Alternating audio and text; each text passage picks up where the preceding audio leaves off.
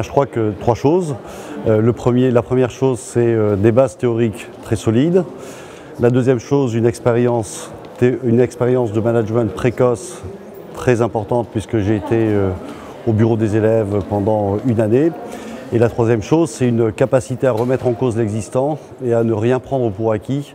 Et de nos jours, dans un monde qui change, c'est essentiel.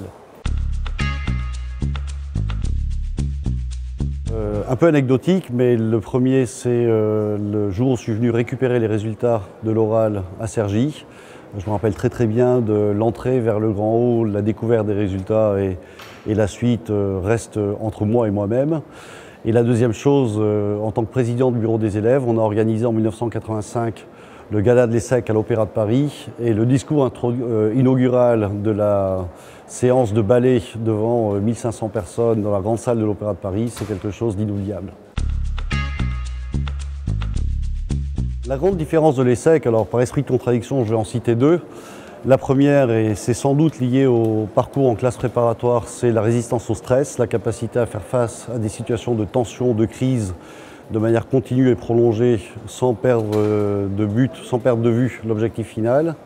Et la deuxième chose, c'est cette capacité à sortir de la boîte, cette capacité à remettre en cause l'existant, qui fait qu'aujourd'hui je me sens équipé autant qu'on puisse prétendre être équipé pour faire face aux défis d'aujourd'hui en Europe, en Afrique, au Moyen-Orient et partout dans le monde. Le premier, c'est en anglais « have fun », profiter de la vie. Vous êtes concentré sur votre travail, il n'y a pas que la carrière dans la vie. Il faut profiter de la vie, il faut s'amuser. Le deuxième, c'est soyez patient.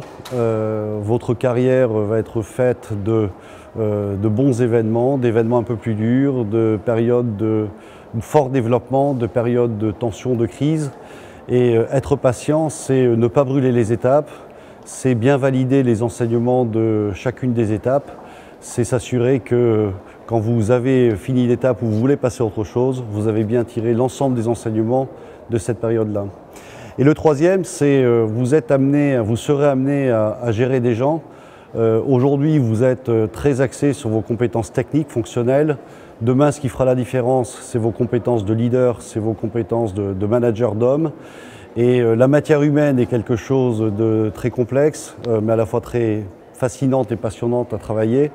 Et le conseil que je peux vous donner, c'est soyez résolus dans toutes vos initiatives et tous vos projets de développement de vos collaborateurs, de développement de vos collègues, voire de développement de vos patrons. Et soyez toujours humbles parce que le leadership ou le management est une science inexacte.